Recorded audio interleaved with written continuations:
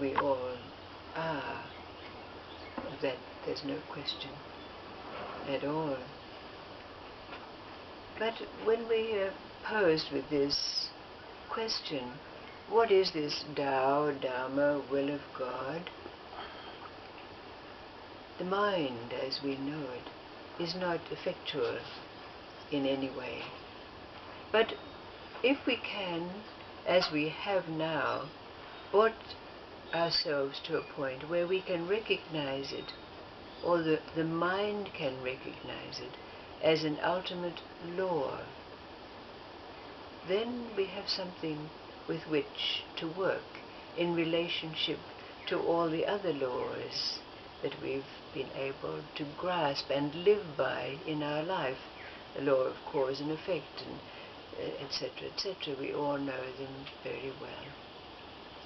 But there's a story that goes into the other levels of this law, and I wonder how it is that we encompass those, what we could say, the laws of the other dimensions into this understanding of the workings of the laws of life in relationship to that ultimate law.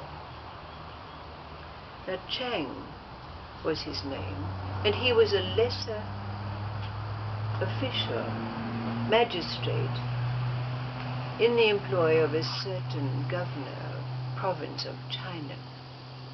But Chang died suddenly, and the assistants of the king of hell sent them to collect Chang and bring him before his throne. So when Chang was brought before the king of hell, and he looked up the records, the king of hell was aghast to see that Chang had accepted a bribe. So he was relegated to go back to the land of the living forthwith. But as the escorts were about to bring him back, he asked them, could they escort him through hell just on a little scenic tour? Which they agreed to.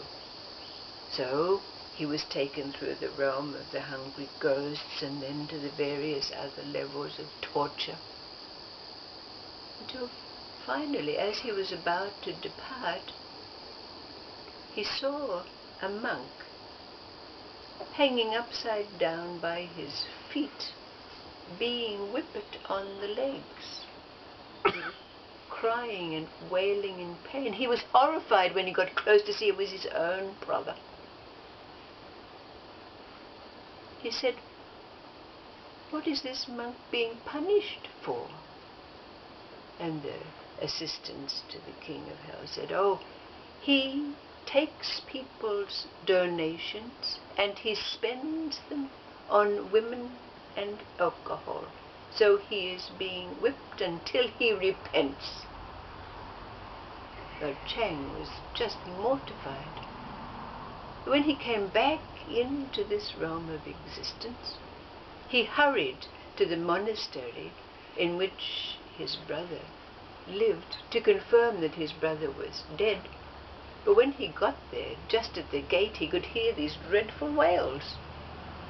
And when he got inside, there was his brother, with his feet up against the wall,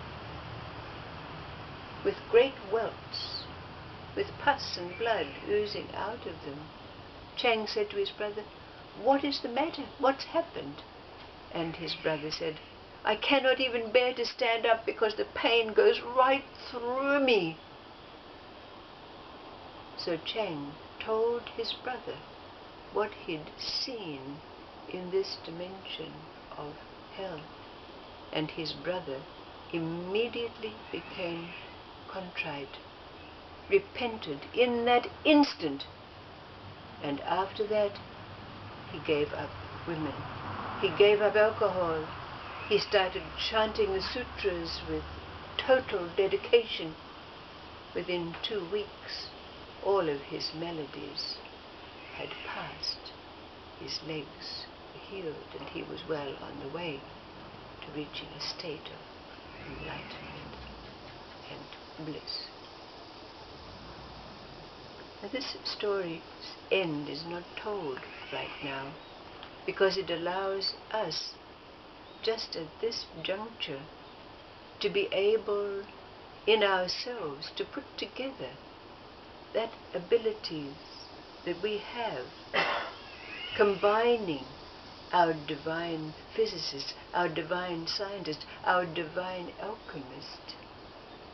Just like we combine existence, knowledge and bliss at that level of mind, to understand what this means in relationship to the overall law, the Dharma, the Tao, the will of God.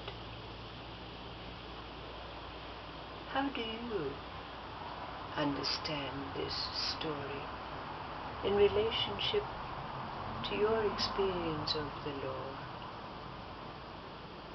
The law that's enacted when stillness and the movement of life meet in us.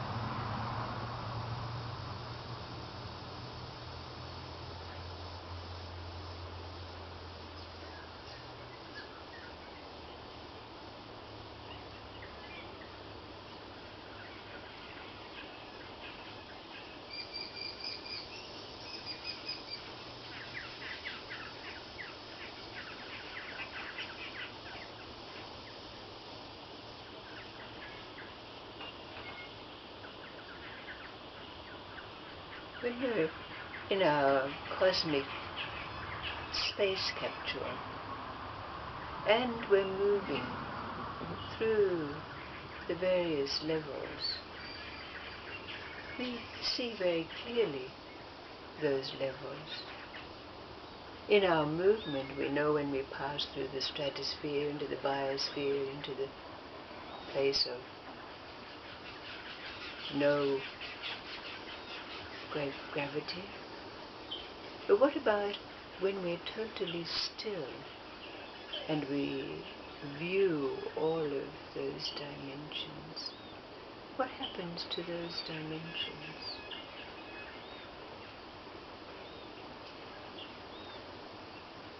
Do you see them as dimensions? When you're standing still and looking at